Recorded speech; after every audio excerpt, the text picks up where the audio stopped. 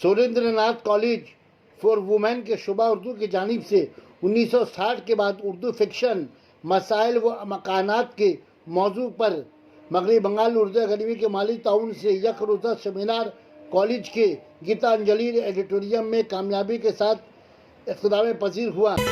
सना medical hall,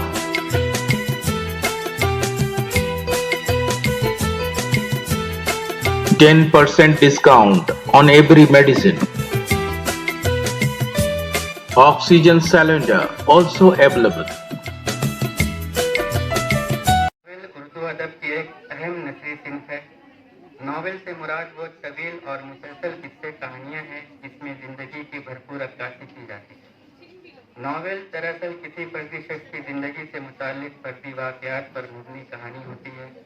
Alia के रिश्ते के मुतालिक लिखा है, इक़्तिबास जमील और आलिया का आपसी ताल्लुक ज़िंदगी की कई आलिया के मखसूस रद्द अमल की वजह से नावल में मुनफरिद ड्रामाई लफ्ज़ी माने और कबूतर की बेइज्जती जदीद दौर की अलामत है, यानी आस पास के माहौल से बेनियाज़ी जो जदीद दौर की खासियत है।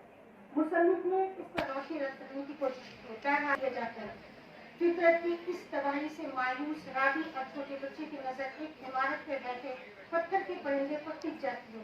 यही अफसाना खत्म हो जाता है और तजुर्बाती अफसाने की भी यही अलामत है, जहाँ अफसाना निगार का इशारा खारिज से दाखिल की तरफ होता है, बाकी काम आज के मकाले का उन्वान है 1960 ईस्वी के बाद उर्दू फिक्शन मसाइल व इम्कानात।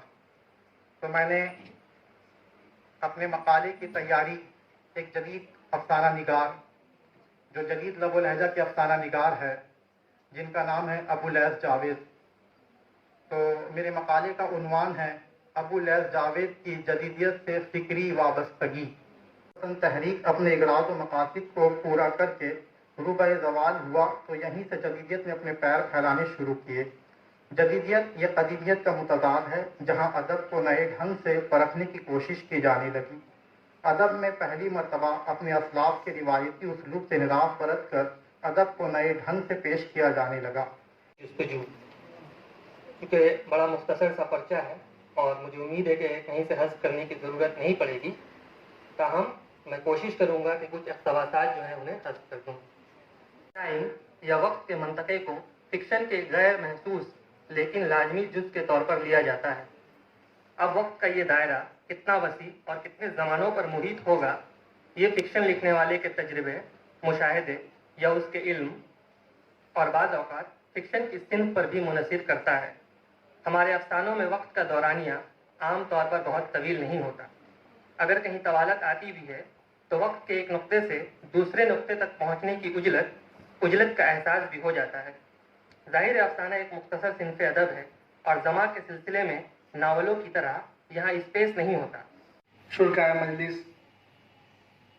आज का ये तारीखी सेमिनार इस वजह से तारीखी भी है कि इस ख़राब मौसम में भी आप तमाम शुरका ने बहुत तकालीफ़ें उठाकर इस मजलिस गाह में आने की ज़हमत गवारा की। तो ये सब तक़दीम और ताख़ीर की बात होती रहेगी, इसी से आप सीखेंगे।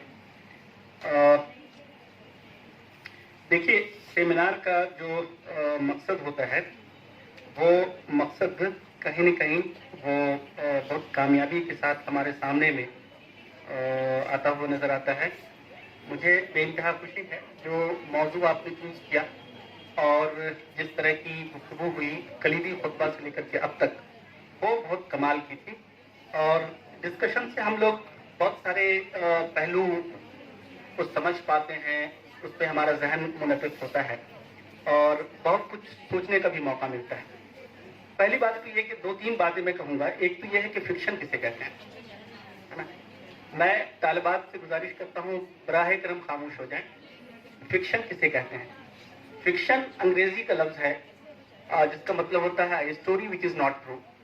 तो चूँकि बुनियादी एतबार से एक कहानी मतलब याए निस्बती है, जो हर आदमी की अपनी कहानी होती है। जब वो कुछ कहता है तो इसका मतलब उसकी कही हुई बात होती है और यही वजह है कि फ़िक्शन को बहुत ज़्यादा संजीदगी से नहीं लिया जाता। आपको हैरानी होगी कि उर्दू अदब में इतना बड़ा सरमाया है, ख़ास तौर से बच्चे आप लोग खामोश हो जाएं बराए का। अल्लाह उनकी मग़फ़िरत फरमाए।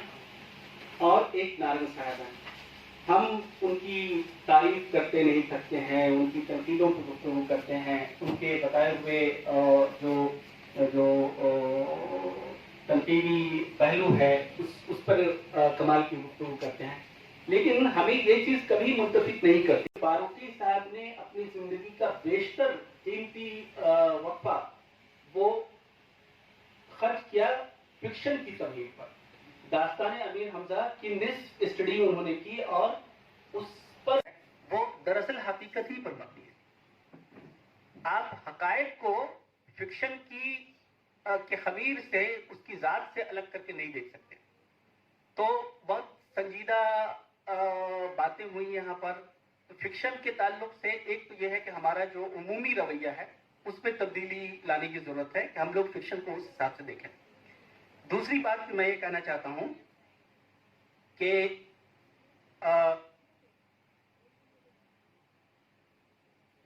उर्दू नस्र में फिक्शन का सबसे बड़ा पोर्शन है। आपको हैरानी होगी कि 70% मेरे ख्याल से, या बल्कि उससे भी ज़ायद, जो रिसर्च वर्क होते हैं वो सिर्फ फिक्शन के एरिया